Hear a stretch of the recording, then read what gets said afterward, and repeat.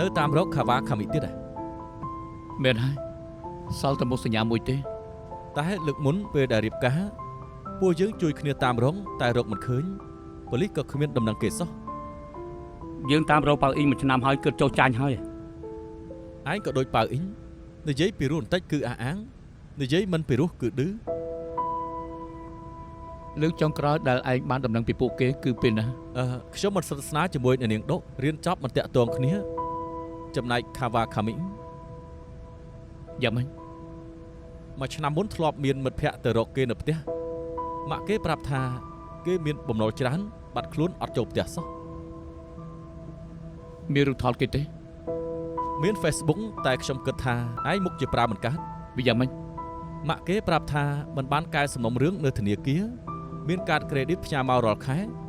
ការចំណាយភាគច្រើនកែសម្ផស្សចំណាយលុយខ្ពស់ថែមទៀត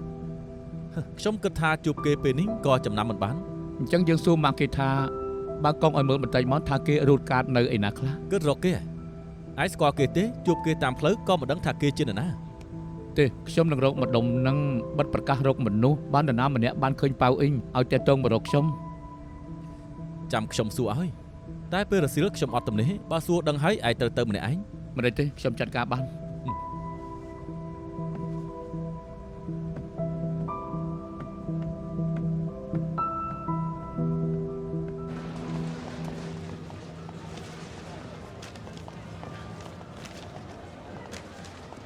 ណែរំខានបន្តិចហើយ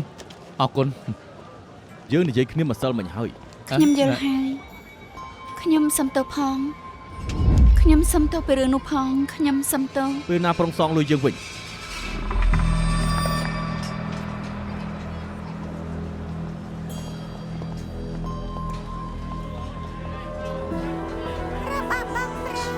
ណែ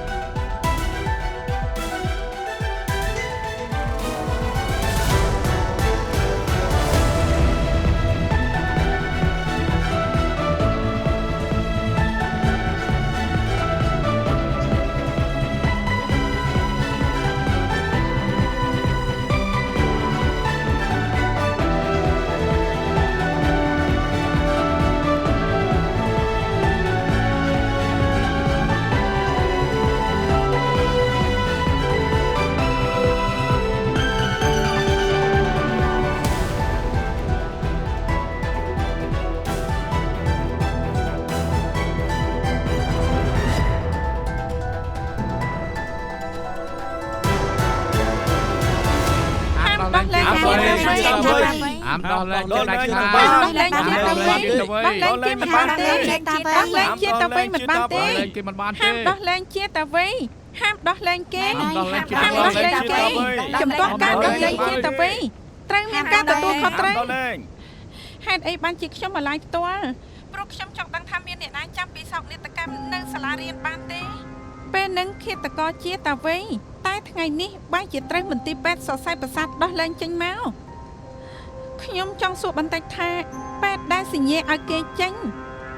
មានគិតពីអារម្មណ៍ជនរងគ្រោះដែរអត់ធ្លាប់គិតដែរទេហ៊ានប្រឈមមុខជាមួយពួកគាត់អត់ចំពោះមិត្តភ័ក្តិដែលចាំហេតុការណ៍នេះមិនបានខ្ញុំនិយាយត្រួសឲ្យស្ដាប់ថា15ឆ្នាំមុនប្រុសដែលឈ្មោះជាតាវីកាន់កាំបិតចូលសាលារៀនមត្តេយ្យសម្រាប់មនុស្សមិនរើសមុខគេសម្រាប់គ្រូក្នុងសាលាស្លាប់ម្នាក់ក្មេងតូចម្នាក់ទៀតថែមទាំងមានក្មេង5នាក់ទៀតរបួសជាទម្ងន់ទាល់តែខ្លាចជាវិបដិសារីដែលមិនអាចលុបលាងបានអ្នកដែលឈរខាងក្រោយខ្ញុំជាម្នាក់ក្នុងចំណោមជនរងគ្រោះនេះត្រូវកាន់ឈើច្រត់ដើមមួយជីវិតហើយជនរងគ្រោះម្នាក់នេះមើលផ្ទៃមុខរបស់នាងទៅក្រៅពីសភាពរាងកាយនៅខ្លាចជាវិបដិសារីក្នុងចិត្តដ៏ធ្ងន់ធ្ងរមិនហ៊ានចេញមកប្រឈមមុខជាមួយមនុស្សម្នាហើយម្នាក់នេះមួយជីវិតត្រូវអង្គុយលើរទេះរុញមិនអាចក្រោកឈរបានទៀតឡើយគឺមកពីជាតាវី ពេលនឹងគេគ្រាន់តែជាក្មេងអាយុ 3-4 ឆ្នាំតាមពិតពួកគេគួរតែមានជីវិតដែលមាំមួនរស់រាយមានក្តីសុខតែជាតែអ្វីធ្វើឲ្យពួកគេទៅជាបែបនេះពួកលោកមើលពួកគេទៅហើយម្នាក់នេះជាគ្រូសាលាមត្តេយ្យនឹងនាងចង់ការពារក្មេងៗតើតែបិសាចនេះសម្លាប់ស្លាប់គាត់នេះជាម៉ាក់របស់ខ្ញុំក្រោយមកប៉ាខ្ញុំទទួលយកការពិតមិនបានជឿចិត្តតទៅលោតពីលើអាគារសម្លាប់ខ្លួនព្រោះជាតាវៃធ្វើឲ្យខ្ញុំខ្លាចជាក្មេងកំព្រានាងសម្លាប់គេសងសឹកឲ្យម៉ាក់នាងអត់ខ្ញុំមិនដែលមានគំនិតសម្លាប់គេទេយកជីវិតរបស់ខ្ញុំទៅដូរជាមួយមនុស្សដូចគេមិនស័ក្តិសមតែគេត្រូវទទួលខុសត្រូវពីទង្វើរបស់គេគ្រប់គ្នាថាពិតមែនទេចំពោះការដោះលែងជាតាវៃចំពោះការដោះលែងជាតាវៃចំពោះការដោះលែងជាតាវៃចំពោះការដោះលែងជាតាវៃចំពោះការដោះលែងជាតាវៃចំពោះការដោះលែងជាតាវៃចំពោះការដោះលែងជាតាវៃជាតាវៃចំពោះជាតាវៃអីតាវៃចំពោះការដោះលែងជាតាវៃជាតាវៃជាតាវៃដោះលែងជាតាវៃជាតាវៃចាំតាទេឯងបានធ្វើអីខ្លះជាតាវៃឯងសម្លាប់មនុស្សព្រោះតែហេតុអីទៅបានហើយហេតុអីក៏ឯងសម្លាប់មនុស្សជាតាវៃឯងនិយាយមកឯងសម្លាប់មនុស្សធ្វើអីទៅជាតាវៃជាតាវៃ15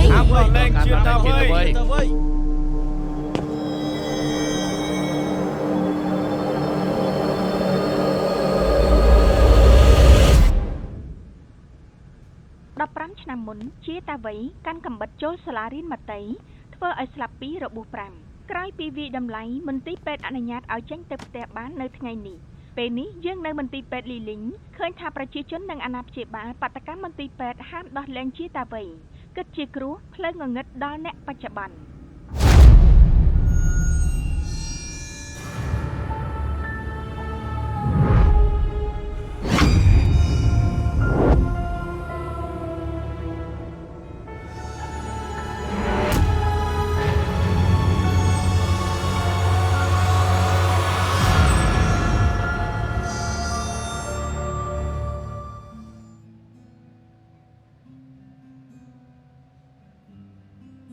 កាត់អីថ្ងៃនេះអារម្មណ៍មិនល្អយ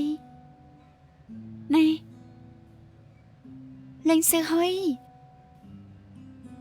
ឯងបបួលខ្ញុំមកញ៉ាំជាមួយតែមិននិយាយអ្វីសោះឯងដូចបែបព្យាបាលទៅកុំព្យាបាលជាមួយគ្រូពេទ្យហួរអីជាមួយពេទ្យហួរ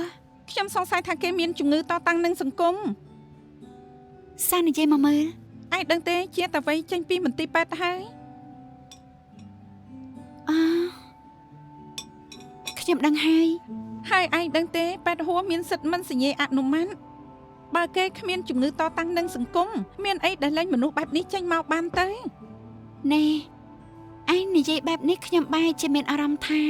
ឯងមានអគតិបន្តិចបន្តួចហើយព្រោះខ្ញុំជឿថាពេទ្យហួរជាពេទ្យចិត្តវិទ្យាដែលជំនាញការសម្រេចចិត្តរបស់គេត្រូវឆ្លងកាត់ការត្រិះរិះយ៉ាងត្រឹមត្រូវទើបខ្ញុំគិតថាឯងការពិតឯងក៏កាន់ជើងជាតាវៃមិនមែនទេអញ្ចឹងអូខេតើទៅយើងមិនបាច់និយាយគ្នាទេព្រោះគំនិតយើងខុសគ្នាណាស់មិនបាច់ជាមិត្តនឹងគ្នាទៀតទេចាញ់រៀងខ្លួនគ្មានអ្នកណាជំពាក់អ្នកណាណែហើយ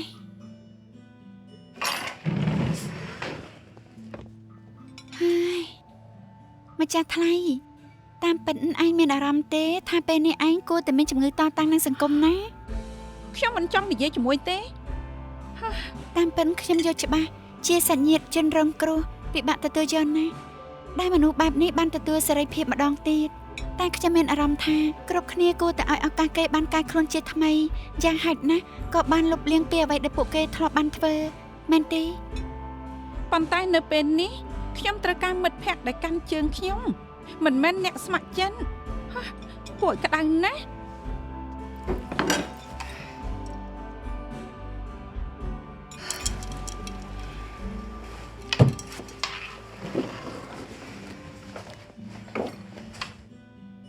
ញ៉ាំសិនទេយ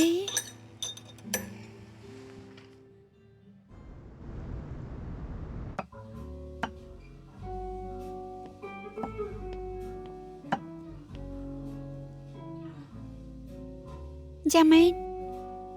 ខ្ញុំគិតថាថ្ងៃនេះមិនមែនការណាត់ជួបគ្នាធម្មតានាងមើលព័ត៌មានហ្នឹង 15ឆ្នាំមុនជនល្មើសដែលសម្លាប់ក្មេងមន្ត្រីថ្ងៃនេះត្រូវបានដោះលែងមិត្តភក្តិស្រីរបស់នាងម្នាក់ជាជនរងគ្រោះដែរមែនទេ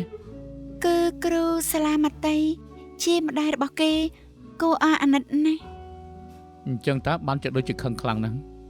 រឿងធ្ងន់ធ្ងរថ្នាក់នេះទម្លាក់ចោលមិនបានមិនចម្លែកទេខ្ញុំយល់ច្បាស់ណាស់ដៃគេទៅជាបែបនេះជារឿងធម្មតាយ៉ាងម៉េចចាប់អារម្មណ៍រឿងនេះខ្លាំងហី ជាក្តីដំបងដែលឆ្លងកាត់ដៃខ្ញុំពេលធ្វើការថ្មី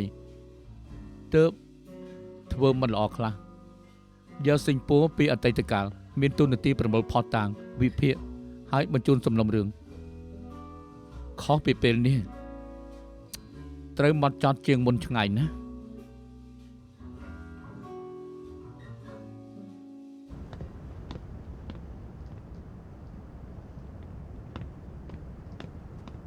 សួស្ដីលោកនាយឺ សួស្ដីនាងលីងខ្ញុំឲ្យរូប៊ីណាត់នាងមក រូប៊ីប្រាប់ថាលោកចង់តាក់ទងខ្ញុំមានការអី អញ្ជើញអង្គុយខ្ញុំជួយនាងមកពាក់ព័ន្ធនឹងមនុស្សម្នាក់ជាទៅវិញ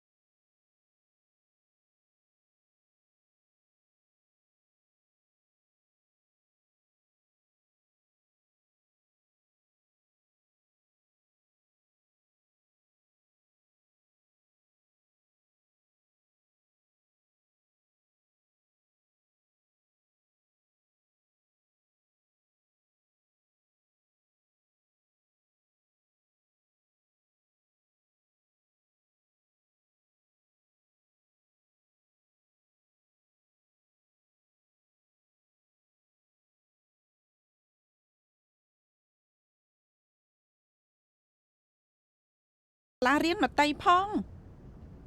ខ្ញុំខ្លាចប្រវត្តិសាស្ត្រច្រើនដែរបើវាកាន់កំបិតទៅសម្រាប់ក្មេងទៀតគិតយ៉ាងម៉េចទៅមកថាស្ដាយណាស់ដែលដោះលែងគេពីហួសពេលហើយខ្ញុំមិនព្រមឲ្យគេធ្វើបែបហ្នឹងខ្ញុំតាមមើលគេរហូតឃើញគេធ្វើឈួតពេលណានឹងប្តឹងប៉ូលីសភ្លាមយកល្អពេលប៉ូលីសមកដល់ទាញកំភ្លើងបាញ់សម្លាប់ចោលទៅ ខ្ញុំយល់ហេតុអីបានជានាងគុំគេណាតែខ្ញុំចង់ដាស់តឿននាងថាគុំបណ្ដោយឲ្យគំនុំគ្រប់គ្រងតលទៅពំវិញផ្លូវឬមួយគឺធ្វើថ្លោះធ្លុយព្រោះវាមិនស័ក្តិសម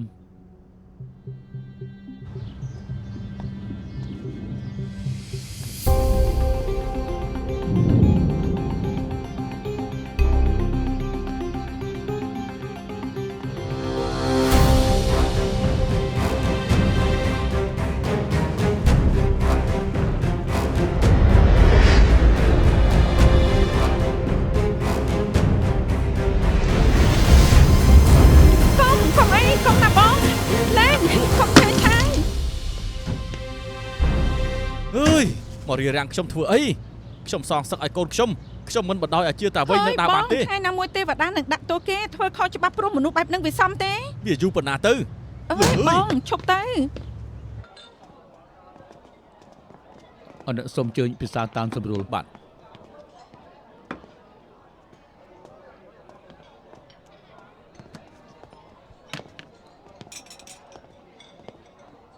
ជួយបានជួយ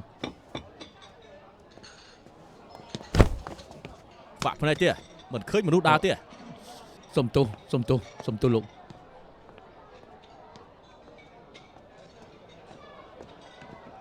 ណែលោក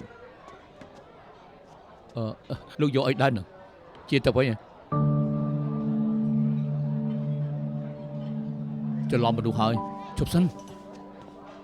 ខ្ញុំជាមិត្តគ្រូប៉ែតហ៊ូចង់និយាយជាមួយលោកគ្មានចេតនាអាក្រក់ទេ មិញភ្ញៀវជេរម្លឹងហើយមិនខឹងទេ ខ្ញុំដឹងថាគេប៉ុនប៉ងអុកឡុកខ្ញុំចង់ឲ្យខ្ញុំត្រូវដេញចេញគេជិនណាខ្ញុំដូរឈ្មោះហើយតាំងចិត្តគិចមុខពួកលោកមិនឲ្យមនុស្សមកក្លំមើលរាល់ថ្ងៃអុកឡុកខ្ញុំក្លំមើលមែនហើយចង់ជះទឹកអាស៊ីតដាក់ខ្ញុំដុតផ្ទះខ្ញុំទៀតផងខ្ញុំស្លាប់មិនអីទេខ្ញុំដឹងថាខ្ញុំនេះសមតែស្លាប់ហើយលោកមានប្តឹងប៉ូលីសហើយណាប្តឹងប៉ូលីសនឹងថាខ្ញុំជំងឺរើឡើងបញ្ជូនទៅមន្ទីរពេទ្យឈួតទៀតតែលោកត្រូវរកវិធីរារាំងពួកគេណាទាំងអស់ជាកំហុសខ្ញុំ10ឆ្នាំមុននេះខ្ញុំដឹងខ្លួនឯងខុសមករហូតខ្ញុំចង់កែខ្លួនជាមនុស្សថ្មីមកបំផ្លាញខ្ញុំទៀតធ្វើអីខ្ញុំចេញពីពេទ្យឈួតហើយខ្ញុំមិនដែលធ្វើរឿងអាក្រក់តទៅទៀតទេជឿចិត្តខ្ញុំផងទៅខ្ញុំសម្លាប់មនុស្សនៅមន្ទីរពេទ្យ4ដងហើយតែវាមិនស្លាប់បញ្ជាក់ថាទេវតាមិនបោះបង់ខ្ញុំចោលទេចង់ឲ្យឱកាសខ្ញុំបានចាប់ផ្ដើមជីវិតថ្មីខ្ញុំកំពុងតែធ្វើមេត្តាខ្ញុំទៅជឿខ្ញុំទៅខ្ញុំកំពុងតែធ្វើមេត្តាខ្ញុំទៅជឿខ្ញុំទៅបាទលោកមានភាពមោះមុតត្រូវតែធ្វើបានបើទ្រាំមិនបាននោះទៅរកពេទ្យហូមទៅបើចិត្តនិយាយគេជួយបាន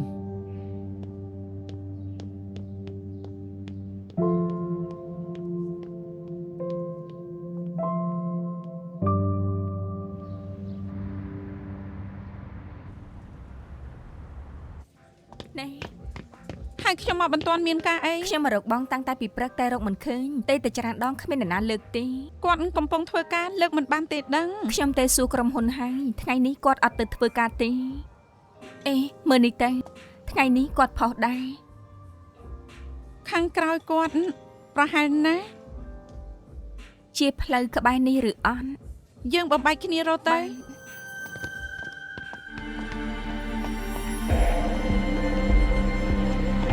សួស្ដីមានឃើញប្រុសម្នាក់នេះទេសួស្ដីមានឃើញប្រុសម្នាក់នេះទេអត់ឃើញទេ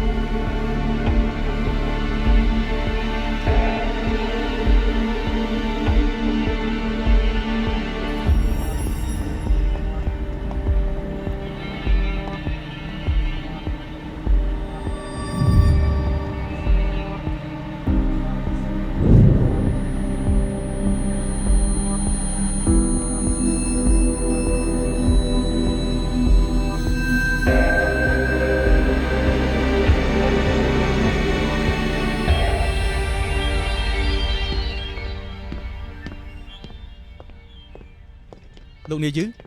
ក្តីសម្លាប់មិនរើសមុខនៅវាងជាវមានអារម្មណ៍ថាស្លាប់3របួស4ហើយពេលនេះមានតែคลิปនៅក្នុងអ៊ីនធឺណិតចាប់ជនល្មើសបានហើយនឹងគ្មានព័ត៌មាននិយាយទេឲ្យគ្រប់គ្នាត្រៀមខ្លួនហើយទទួលបញ្ជា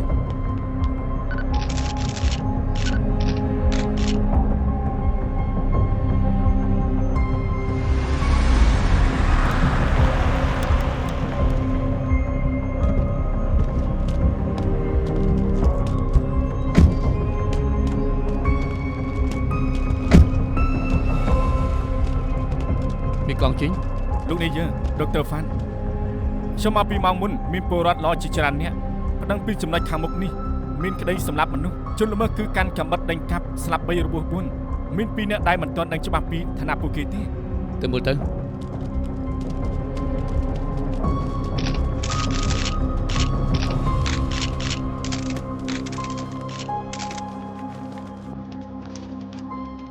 គេ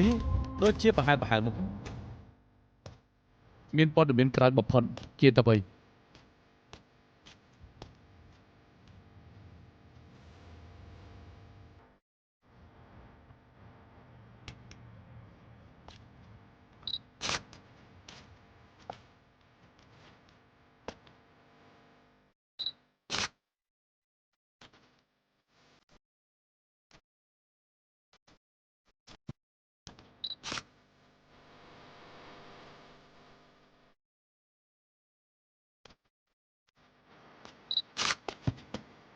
យ៉ាងមិនដែរ អ្នកស្លាប់កាន់កំបិតចេញមកដេញកាប់មនុស្ស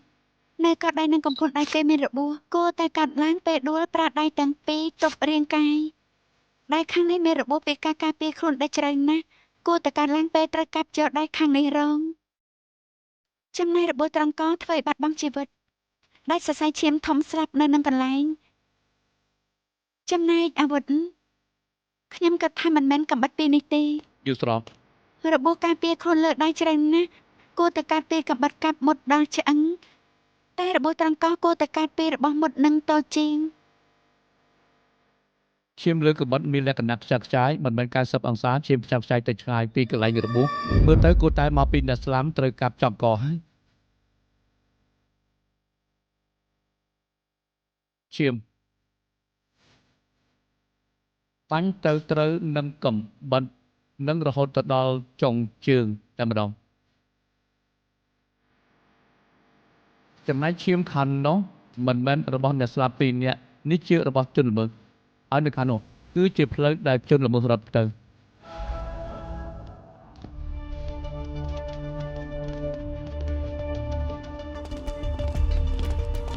អរគុណ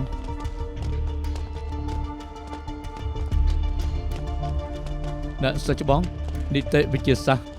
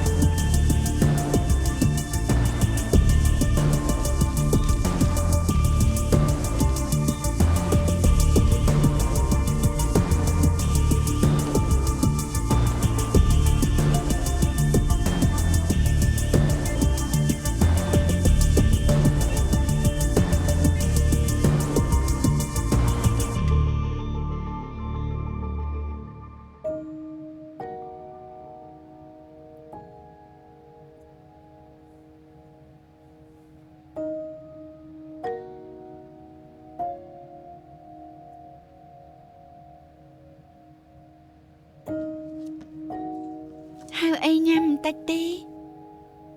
ឯងមិនតាន់ញ៉ាំអីតាំងពីថ្ងៃមកណាខ្ញុំបារម្ភពីឯងណាស់ដឹងដែរទេ បើពេលនឹងពួកយើងជួយគ្នាយាមបង្ហាញមកជាមិនមែនបែបនេះទេ យឺសេងពួរប្រាប់ខ្ញុំថាមុននេះគេទៅរកជាតាវៃប្រាប់គេថាមានអ្នកតាមដានគេយើងគិតថាជាហ្វាំងយ៉ាវហៃដូច្នេះបើថ្ងៃនេះឯងយាមគេពេញមួយថ្ងៃស្អែកក៏មិនដឹងថារារាំងគេបានដែរ ឯងដឹងទេហាងចូលហួយដែលបង្ហាញទៅទិញកំបិតមកតាមពិតខ្ញុំទៅហើយហេតុអីខ្ញុំគ្មានបានការអញ្ចឹងហេតុអីរារាំងគាត់ទិញកំបិតមិនទាន់បើខ្ញុំរារាំងគាត់ទាន់រឿងសោកសៅវាមិនកើតឡើងទេឯងយល់ទេ កុំគិតអញ្ចឹងតែមើលពេលនេះប៉ូលីសទើបសន្និដ្ឋានបឋមជលល្មើសដែលសម្លាប់វាងយ៉ាវហៃនិងជាងតាវៃតាមពិតគឺជាអ្នកផ្សេងយើងវិភាគតាមចំណុចកាត់ហាត់ហើយដែរអាវុធដែលសម្លាប់ពីរអ្នកនឹងស្លាប់មិនមែនកំបិតដែលវាងយ៉ាវហៃកាន់នោះទេដូច្នេះឯងកុំបន្ទោសខ្លួនឯងអីវាគ្មានពាក្យបន់ជាមួយឯងទេ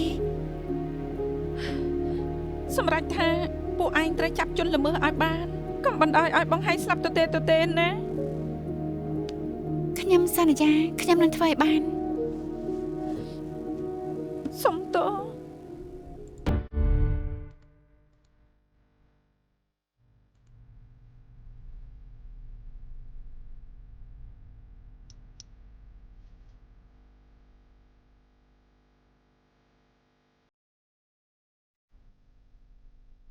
ពេលហ្នឹងអ្នកស្លាប់នៅក្រៅហាងជនល្មើសកាន់កបិតមកបំរុងទៅអ្នកស្លាប់កបិតកំពុងចាក់ចំពុះរួចហើយចាក់ទៀតឈាមក៏ខ្ទាតចេញមករួចហើយអ្នកស្លាប់ក៏ដួល ពេលអ្នកស្លាប់ដួលជនល្មើសនៅចាក់អ្នកស្លាប់មិនឈប់ពេលហ្នឹងចាប់ទៅលុបបេះដូង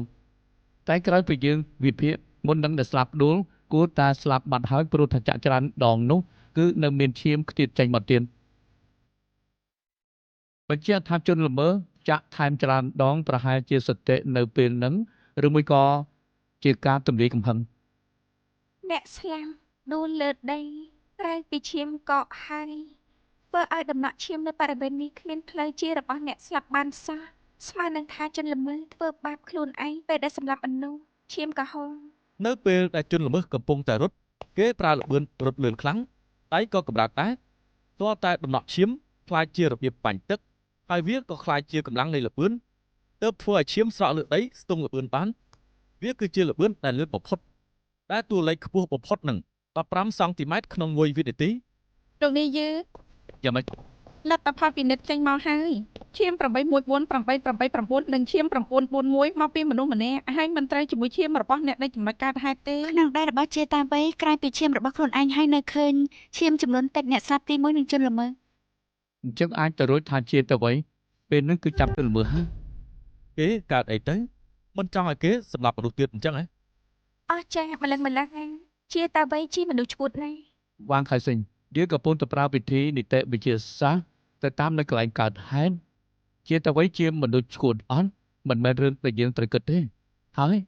គេត្រូវវាយតម្លៃជាបុគ្គលដែលជាពីជំងឺសរសៃប្រសាទមកថាគេគឺជាមនុស្សឈួតមិនយុត្តិធម៌ទេ សុំទោសលោកនាយ ធ្វើទៀតទុកថាជាទៅវិញ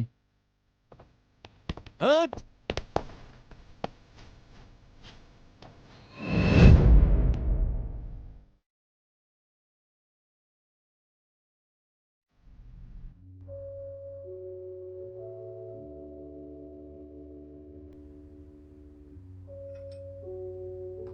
គេកាត់អីមិននិយាយអីសោះឯងធ្វើឲ្យគេខឹងមែនទេ ខ្ញុំមិនពាក់ព័ន្ធទេគេនិយាយខុសខ្លួនឯងត្រូវលោកនាយយឺថាឲ្យ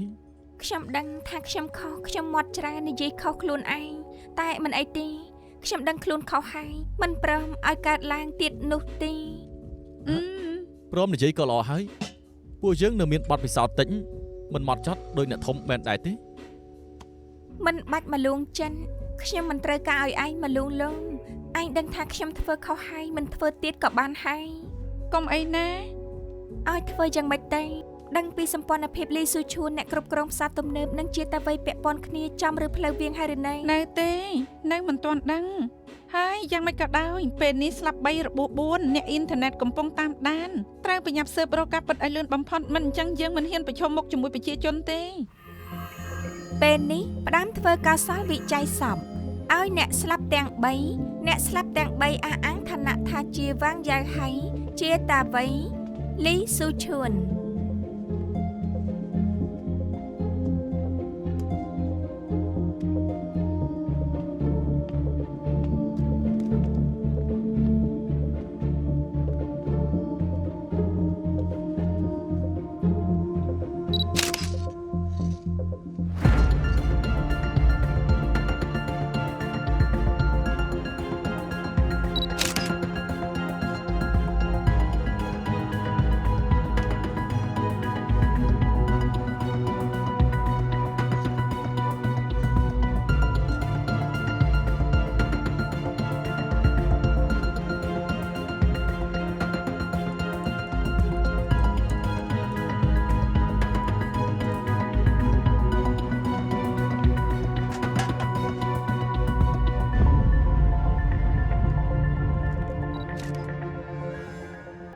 Dr. Fan សា សម្ ម ប អា ត្តិ ម ទេបន្តទៀតទៅ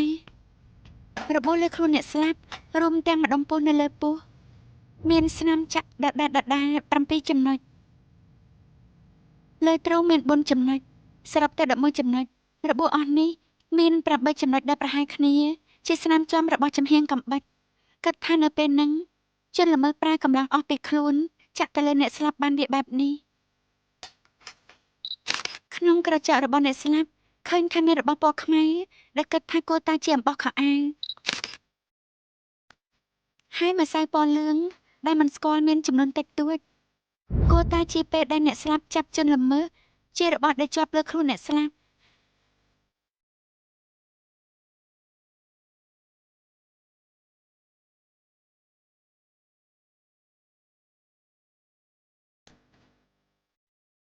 ផ្ដើមពេលពិសោធន៍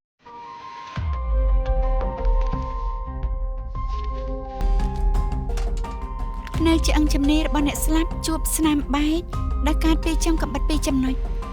លីស៊ូឈុនហ្វាងចាហៃជាតាវៃខុសគ្នាណា ហ្វាងចាវហៃនិងជាតាវៃស្លាប់ដូចគ្នា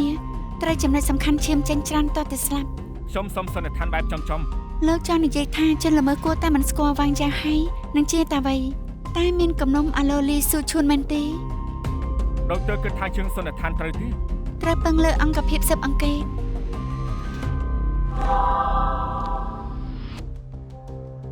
តាមគោលការណ៍នោះឧបករណ៍មិនអាចវាស់ប្រវែងពិតប្រាកដរបស់អាវុធបានយ៉ាងជាក់លាក់ព្រោះថាពេលជនល្មើសសម្លាប់មនុស្សមិនសូវចាក់អាវុធខាងចំហៀងចូលក្នុងរាងកាយអ្នកស្លាប់ក៏ប៉ុន្តែក្តីនេះជុំវិញរបួសរបស់លីស៊ូឈួនមានស្នាមជាប់ដែលកើតពីចំហៀងកំបិតនោះក៏បញ្ជាក់ថាជនល្មើសចាក់អាវុធចូលក្នុងរាងកាយគេទាល់ចំហៀងកំបិតប៉ះនឹងស្បែកទាល់คล้ายជាស្នាមជាំលើខ្លួនមានទាំងអស់8របួសដែលមានស្នាមជាំស្មើនឹងថាជនល្មើសប្រើកម្លាំងអស់ពេលខ្លួនចាក់លើរាងកាយរបស់គេតើតែវិភាគបានថាអាវុធនឹងគួរតែជាកំបិតទាហានដែលមុតហើយស្រាលតែហេតុអីបានជនល្មើសចាក់លីស៊ូឈួនដោយមិនដកដៃសោះនៅមិនដឹងពីកម្លាំងចម្រុះចិត្ត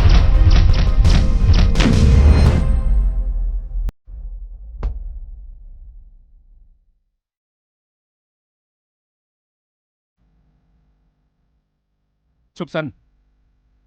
ស៊ូមរូបឲ្យមើលបន្តិចមើលមុខគួរសង្ស័យទេ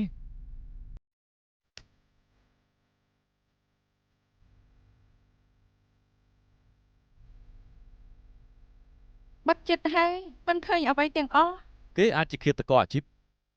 បងឆាំងអាចមានកាមេរ៉ាណាឃើញមុខជនសង្ស័យបានទេ បានពិនិត្យអស់ហើយអត់ឃើញមានមុខជនល្មើសទេ មកជីងសុំមើលម្ដងទៀតសំណុំរឿងជនល្មើសដែលលោកនេះជឿផ្ញើមក ភេទប្រុសកម្ពស់178ដល់183រូបរាងខ្នាតកណ្ដាលស្បែកជើងវ័យ42ដល់43សន្និដ្ឋានអាយុប្រហែល25ដល់40ឆ្នាំ អ្នកស្លាប់3នាក់ពាក់ព័ន្ធនឹងគ្នាបែបណា អ្នកស្លាប់ទី2ហ្វាងចាវហៃគឺជាសាច់ញាតិរបស់អ្នកស្លាប់ជាតាវៃបង្កក្តីនៅសាលាមតីកាលពី15ឆ្នាំមុនពីរអ្នកនេះមានគំនុំនឹងគ្នាមានកម្លាំងជំរុញចិត្តសម្រាប់ទាំងពីរនាក់ តែពួកគេត្រូវអ្នកទី3សម្រាប់ហើយមិនចឹង អ្វីដែលចម្លែកបំផុតនោះគឺអ្នកស្លាប់ដែលទាញលីស៊ូឈួនគ្មានពាក់ព័ន្ធអីជាមួយអ្នកទាំងពីរនេះទេរៀងខ្លួនមិនស្គាល់គ្នាទេ ចៃដន្យណាស់អ្នកស្លាប់ទី3គឺពេលអាយសុទ្ធដូចគ្នាឬមួយជនល្មើសជាឃាតករតែជាជនរងគ្រោះជួលមកដំបងស៊ើបទៅជាតាវៃតែច្រឡំមនុស្សសម្លាប់មនុស្សខុសចុងក្រោយក៏ចាក់ហើយក៏បានរត់ បើគេជាឃាតករអាជីពមិនធ្វើការផ្្លាត់បែបនេះទេ ពេលនេះគឺមានតម្រុយតិចពេកយើងស៊ូមើលក៏មិនដឹងបើជឿតាវៃមានសត្រូវច្រើនអញ្ចឹងយើងផ្ដើមស៊ើបពីសាច់ញាតិជនរងគ្រោះទៅកាលពី15ឆ្នាំមុនទទួលបញ្ជា បានគោលដៅដំបូងជាតាវៃជនរងគ្រោះផ្សេងទៀតដែលបានស្លាប់នេះគួរអាណិតណាស់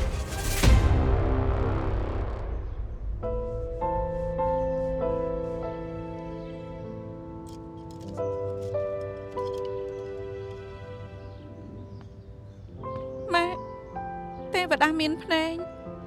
15ឆ្នាំមុនតុលាការមិនបានកាត់ទោសជាតាវៃពិតមែនតែទេវតាបានដាក់ទោសគេយ៉ាងស័ក្តិសមហើយម៉ាក់នៅបរលោកទៅសុគតិភពចុះ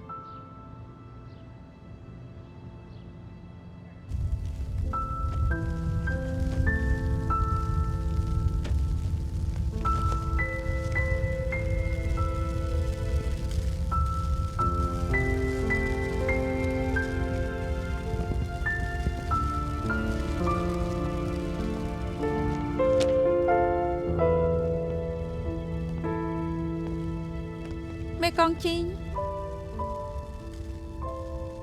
មេ មេកងមានការអីជាមួយខ្ញុំ មុនកាត់ហេតុអ្នកទាំងពីរនេះណា កុំនិយាយណាថាសង្ស័យយើងពីរនាក់ នៅថ្ងៃកាត់ហេតុហ្វាងចៅឲ្យផុសពីសកម្មភាពសរសេរថាបំពេញទូនាទីជំនួសឋានសួគ៌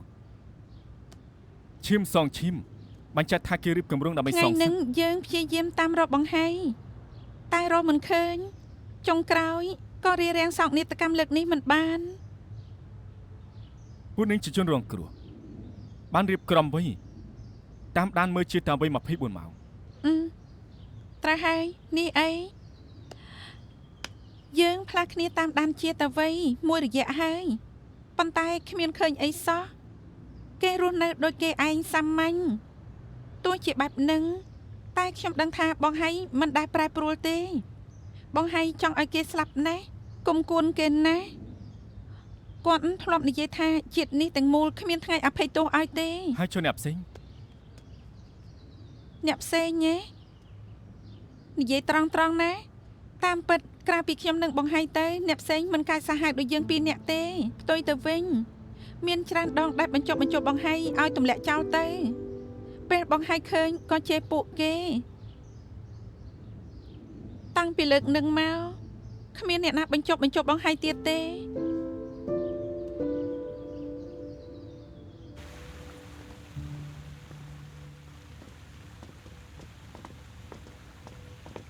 តាវៃ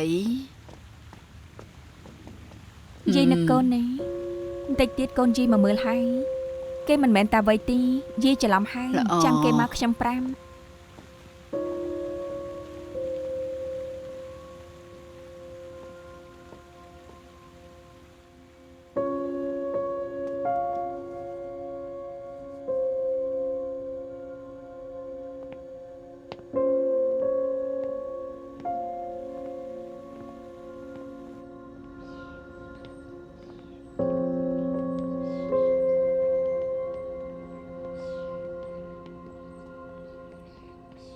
នៅខាងខ្លួនឯងនេះ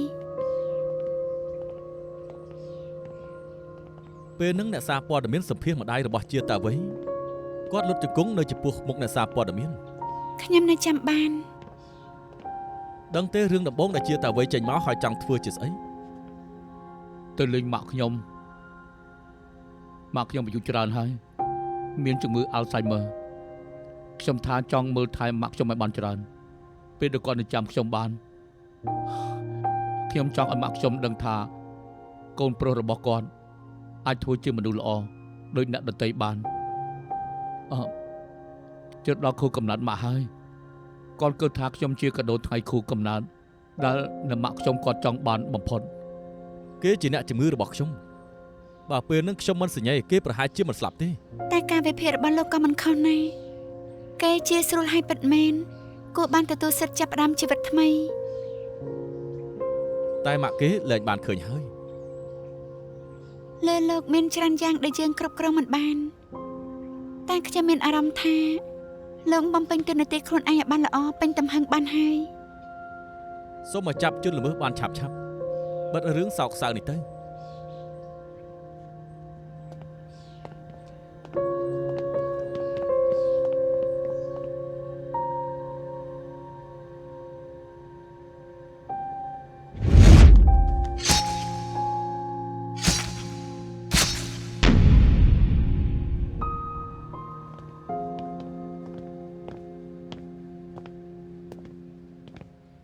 នាងជាភរិយារបស់លីស៊ូឈួនមែនទេ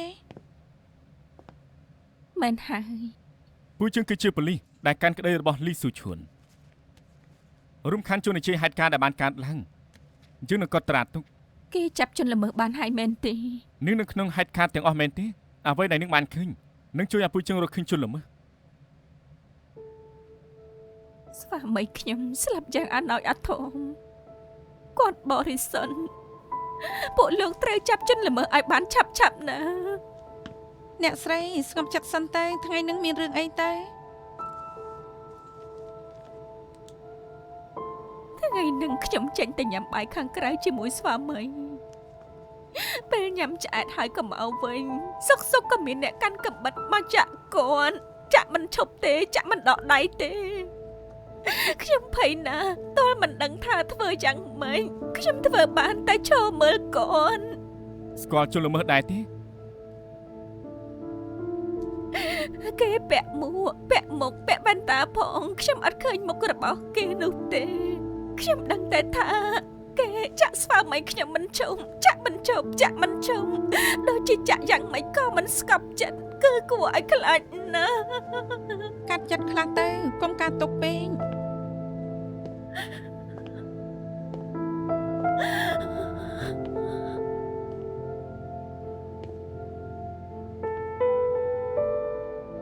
សម្ព័ន្ធភាពប្តីនាងគ្រាន់បើណាស់ គាត់ជាអ្នកគ្រប់គ្រងផ្សារទំនើបការដែលពួកលោកឃើញទាំងអស់នេះមិនរួមការងាររបស់គាត់បានឲ្យមក គាត់មានលេសលួសលើអ្នកណាអត់ គ្មានទេគាត់បានពេញរង្វាន់បុគ្គលិកគំរូ10ច្រើនឆ្នាំគាត់ជាបុគ្គលិកគំរូតុបផ្សារទំនើបដូចជាផ្ទះដាច់ជ្រងគាត់ថាគាត់ធ្វើតលតែចូលនិវត្តន៍ហេតុអីមនុស្សល្អបែបនេះត្រូវមកជួបរឿងបែបនេះ